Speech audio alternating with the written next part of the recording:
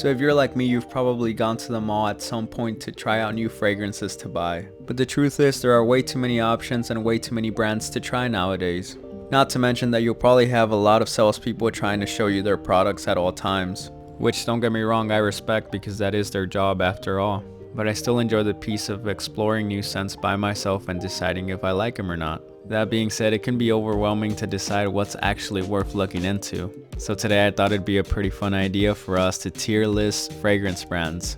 And I want to specifically focus on designer brands for today because that's what's most readily available for everyone. But if y'all want me to dive into niche and dupes, then let me know down in the comments below. We're going to start off with one of the classics, Paco Rabanne. Now this one's kind of special to me because this is where my fragrance journey started. Invictus was the first fragrance that my dad gifted me growing up, and he got the whole family into it, with my brother's first fragrance being 1 million. So as a beginner's brand, I do think that Paco Rabanne is one of them ones. You really can't go wrong with their scents. Most of them are sweet and extremely mass appealing at the same time. You're gonna get a lot of positive attention for sure. This brand also gave way to the bubblegum genre of fragrances, which means they're both sweet with an added freshness. They may be a tad bit synthetic, but in the air, trust me, they are magnificent to smell. But I actually think their darker elixir flankers are pretty well blended. This fragrance brand has really come a long way, and I am very proud to say that I've always believed in them.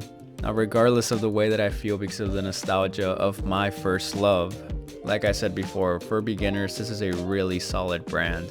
And to me, it is a really good B tier. I think they're solid, but not anything amazing.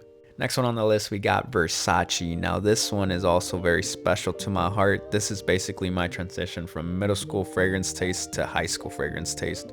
Y'all already know I was rocking the classic, infamous Arrows, and I was feeling myself every time I did. I really did think I was the best smelling guy in every room. And personally, I'm a fan of the whole line. I think each one brings in their own twist to the DNA, making it suitable for different occasions. Now I couldn't forget the classics Still in Blue and Pour Homme. These are absolute bangers for the money, and I think just about everyone's stat has owned them at some point. And honestly, Versace as a whole is a pretty affordable brand compared to others. Especially on discounters, you can find some incredible deals, and for the quality that you're getting, I think it's a pretty decent bargain.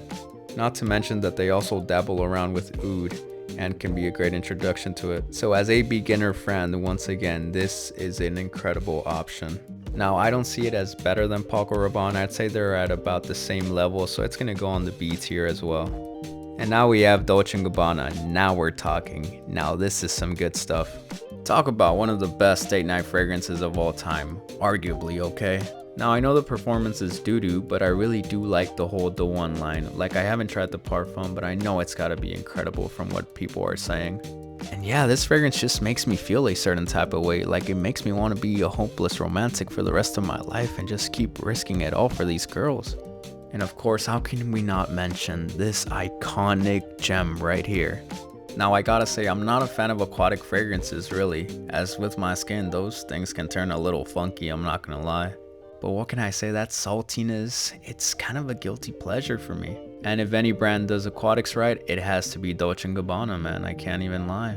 I mean, these are the staple summer vacation fragrances that you can buy. To me, it just reminds me of a whole bunch of boats. Like, just think about a yacht party, that is what it is. Also resorts.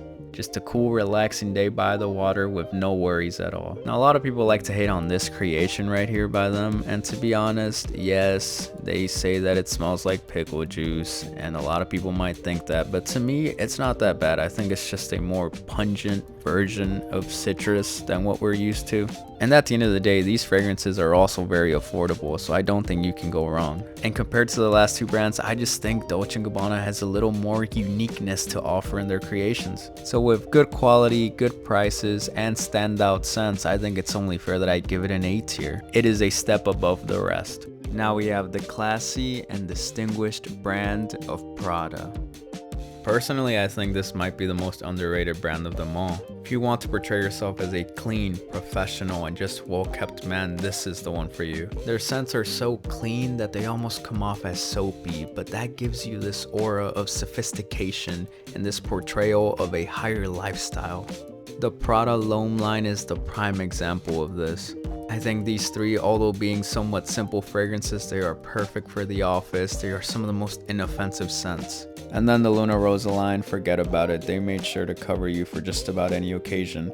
There are lighter, fresher options for the gym, and there are also darker, more versatile ones for everyday wear. And of course, you have your seductive, sweeter scents that are great on dates. And overall, Prada just has products that are very pleasant to the nose. The best way that I can describe them is that most of them share this soft and powdery feel.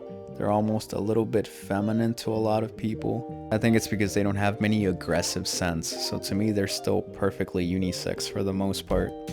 So now you know, if I ever wake up on any given day, don't know what to wear, more than likely it'll be a Prada.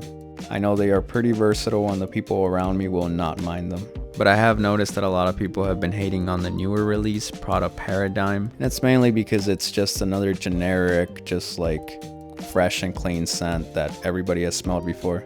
But it still gets my thumbs up because again, it's just pleasant and nobody is gonna dislike that scent. It is just soapy, fresh, clean, and you're gonna be good to go. To me, Prada can do no wrong, and I know that's a very bold statement, but for the quality, for how nice and soothing the scents are, I think I gotta give it an A tier too. I don't think I've ever been disappointed by this brand. And last but certainly not least, we have YSL, ladies and gentlemen. Now, if you're a fan of the channel or have been following it for a while, you know I glazed this baby right here, YSL Y EDP. To me, it's just the perfect daily driver. It makes me happy when I wear it. It's bright, effervescent, and to be honest, the whole line is incredible. You can never go wrong with any of these as a signature scent. Now, the internet typically likes to give more praise to the Myself line nowadays. And to be honest, I can't really hate on that either because I do think they're that good as well. I think YSL is that perfect brand that every man can get an old reliable scent from. And of course, I did not forget about what most people consider the king of date night fragrances. It is the one that revolutionized the use of my favorite note, which is cardamom. And because of that, I'm always going to have a soft spot in my heart for it. Now to me, Dolce Gabbana The One will always be my personal date night staple, but I always gotta pay my respects to one of the OGs, one of the best to do it really. And I praise this brand without even having much experience with their private line. That's how you know it's good. But I will say their prices are a little bit on the higher end for designers. But hey, still YSL, to no one's surprise, I would like to think it's an S tier. I mean, it really has the best of the best for any occasion. And that's it, but calm down. I know a lot of you are gonna say that there are many more brands for me to cover, but that's why this is just the beginning. Like, this is just part one of an amazing series that I hope I can create out of this. I want to keep sharing my experience and want to hear from yours in the comment section below. And we are now on the way to 5,000 subscribers. Thank you all for the immense support. Make sure you like the video, subscribe, and of course, I'll see you all in the next one.